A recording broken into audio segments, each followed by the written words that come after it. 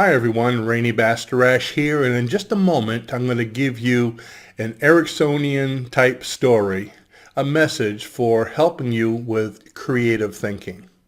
So what is Ericksonian hypnosis? Ericksonian hypnosis is a way of delivering strong suggestions or messages through stories, metaphors, and even jokes. You hear a lot of people using this in sales and especially across the pulpit in sermons. The great thing about using these types of ways to deliver messages or suggestions is when you listen to a story, even if it pertains to a problem you're having, you don't resist. You listen with an open mind. Whereas if I were to speak to you about a problem and try to correct you or give you a suggestion to change it, a lot of people will put up that wall. They'll resist and it won't help them. So this is a great way to deliver the message where the person, if they have the problem that's spoken about in the message, will relate it directly to them, and it will be able to help them with an open mind. Now, you can use these stories to get across lessons to your children, your family, even your coworkers. It's great, like I mentioned earlier, for public speaking to start your talks, whether it's, sales training, motivational training, or even a church sermon. There's so many useful venues for them. So this one I'm going to give you today is about thinking outside of the box. Like I said, creative thinking. This story took place in an Italian town a little over 100 years ago. Now, this old man owned a loan shark, a large sum of money. Now, the loan shark was an old, unattractive guy who fancied the man's daughter. So the loan shark come up to the man one day that owed him money, and he says, I have a way for you to pay back your money. You can wipe out your debt completely, but in return, I want to marry your beautiful daughter. Now, the old man really didn't like this, so he was kind of looking at him with, disgust. But the loan shark said, here's what I'll do.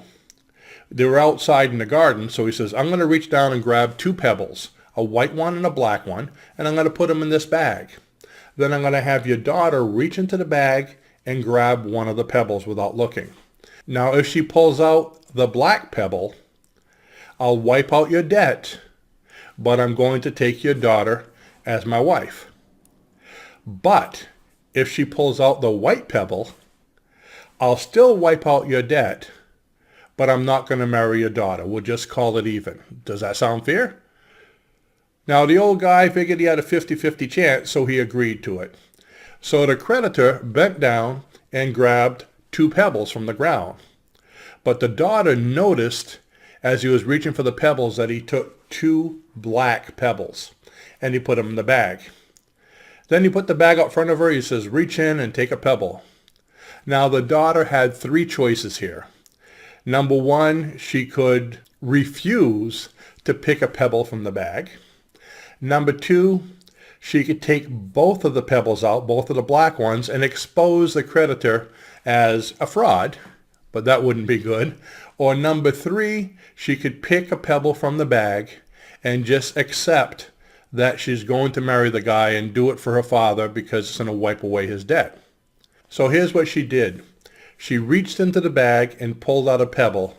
And as soon as she pulled the pebble out of the bag, she accidentally dropped it on the ground and said, oh, I'm sorry, because now it was mixed up with the other ones and you couldn't tell which pebble she picked. She goes, but don't worry. All you have to do is look into the bag and see what color pebble is left and realize that I picked the opposite one. Now, the creditor realized that he'd been conned by the daughter, but he couldn't say anything because he had to save face so he wouldn't be in trouble for cheating. So he wiped out the debt and didn't marry the daughter. Now, the moral of the story here is it's always possible to overcome a tough situation through out-of-the-box thinking, through original thinking, and not give in to the options that you think you have to choose from.